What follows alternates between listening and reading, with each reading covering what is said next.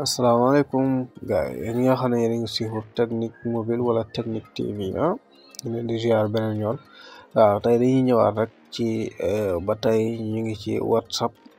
ci jàngale mi jàngale laata loolu ñu ngi lay ñaan nga abonné boo duggee ci page bi ni ngay abonné nga bës cloche bi muy sambale gars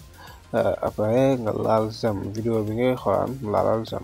sem bu dee gars yi danañu may sem waaye voilà léegi on démarre voilà problème bi nga am mooy da nga bëgg boo nekkee di connecté wu kenn du xam ne yaa ngi connecté wala kenn du lire sa history wala kenn du mën a am accès ci yow da ngay dugg WhatsApp nga ñëw 3 boutons yi fii nga cliqué nga bës paramètre ba bësee paramètre après nga bës confidentialité bi ngay bës boo bësee foofu léegi bëggoo kenn xam ne yow yaa ngi nekk en ligne fii ngay bës léegi nga ñëw nga choisir personne maanaam kenn du xam ne yow boo nekk en ligne kenn du xam ne yaa ngi nekk en ligne ku dugg sa WhatsApp tamit moom du ko feeñal du feeñ ne mu ngi nekk yaa ngi nekk en ligne yow voilà léegi ñu cliquer fii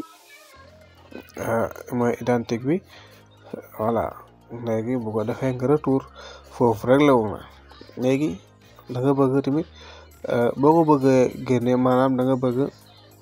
comme yow sa contact kese képp koo xam ne yow yaa ngi yor contact am waxuma ku yor sa contact yow rek koo xam ne yow yaa ngi yor contact am waaw kooku nga bëgg moom mu gis sa profil fi ngay ñëw nga activer ko gis nga fii nag da ngay choisir la maanaam da ngay choisir te contact yi nga yor ñi nga bëgg ñi gis sa profil ñi nga bëgg ñi gis ne yaa ngi nekk en ligne da ngay choisir que soit boo ñëwee nga cosé boo cosé da ngay ñëw fii xool ñi nga bëgg sa contact ñu gis la nga ñëw fii nga activé après loolu day jàll gis nga benn personne lañ jël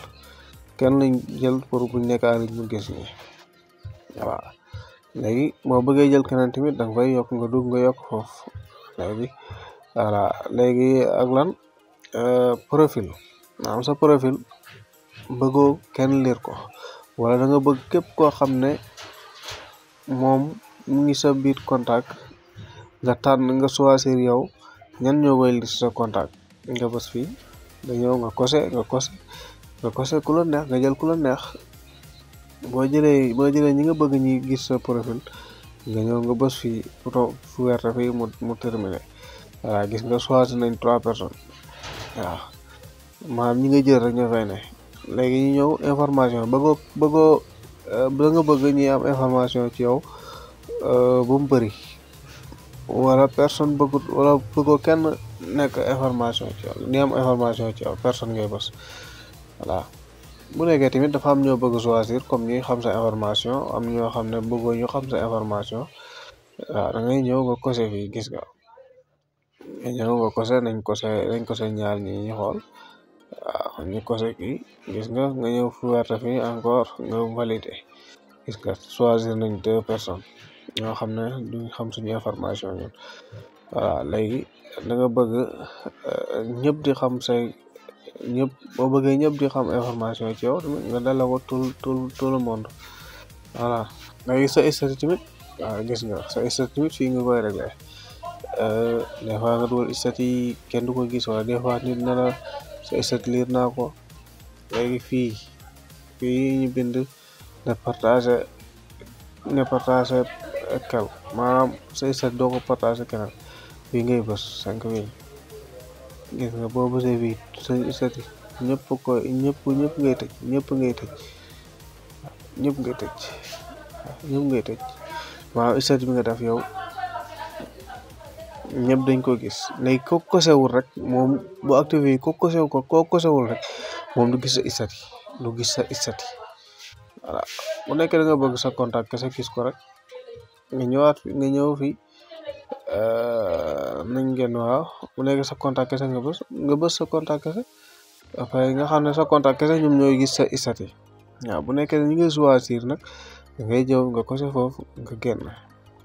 voilà kon yaakaar naa loolu leer na ci boppu gaay waaw kon ñu ngi lay jaajëfal di la wax nga abonné ci chaîne bi bu dee abonné ko bàyyi sa commentaire waaw bas bouton bi càmbara gaaya képp koo xam ne bëgg na am na question bi ñu laajte mën na koo bàyyi ci commentaire yi bu ko defee ñu def ci vidéo incha allah rabbi waaw ñu ngi lay demande encore une fois nga abonné gaaya dana laal sem bi waaye sem bi danañ ko laal waaye